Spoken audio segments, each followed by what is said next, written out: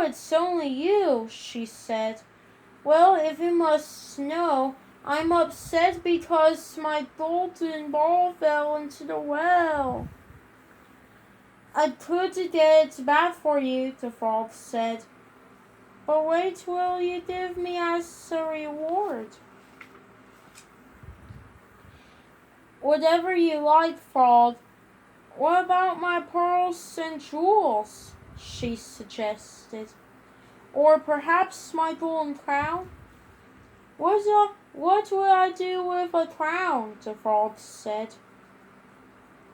But I'll get your ball if you promise I can be your best friend and come for dinner and sleep over at your house. All right, the princess agreed. But secretly she thought the frog was taking a lot of nonsense. The frog dove deep into the well and soon returned with the golden ball in its mouth. But as soon as he dropped it at the princess's feet, she grabbed it and ran home without even a thank you. Wait! Called the frog. I can't run that fast. But she paid no attention to him. The princess forgot all about the frog. But the next day, as she was eating dinner with her family, she heard something come crawling splish splash up the marble steps of the castle. Then a voice called, "Princess, open the door!" The curious princess ran to open it, but when she saw the frog standing there, all green and dripping, she slammed the door in his face. Uh-oh.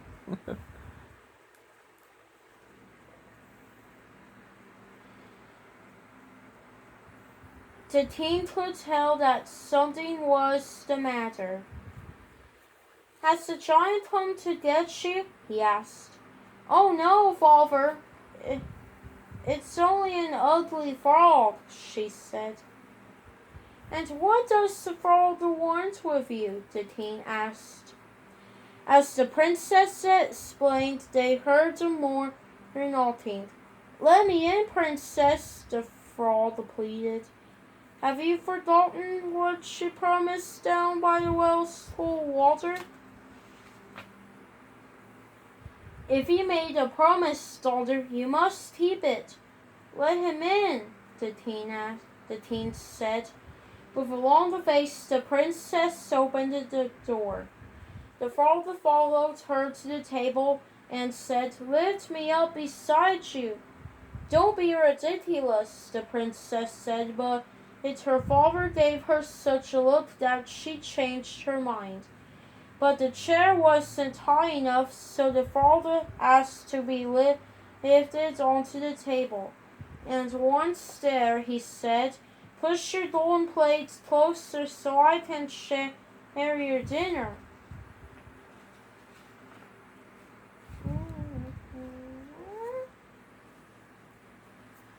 The princess moved her plate, but it was quite clear she didn't enjoy the rest of her meal.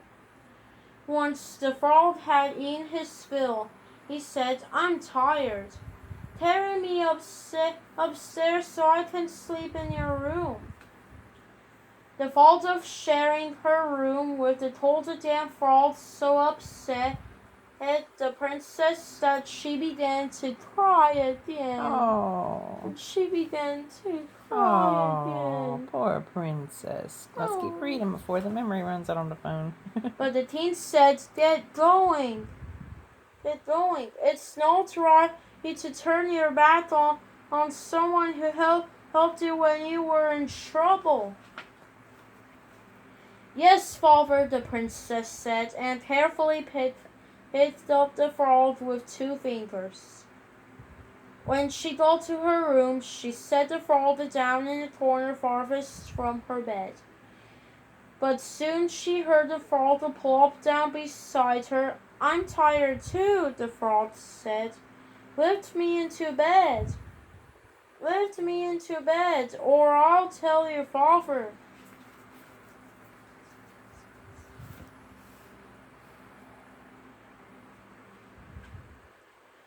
So the princess tucked him into bed with his little green head resting on a fluffy pillow.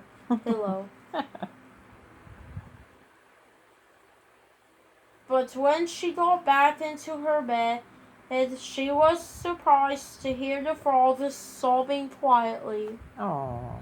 Poor frog. What's the matter now, little frog? She asked. All I ever wanted was a friend, the frog replied. But it's clear you don't like me at all.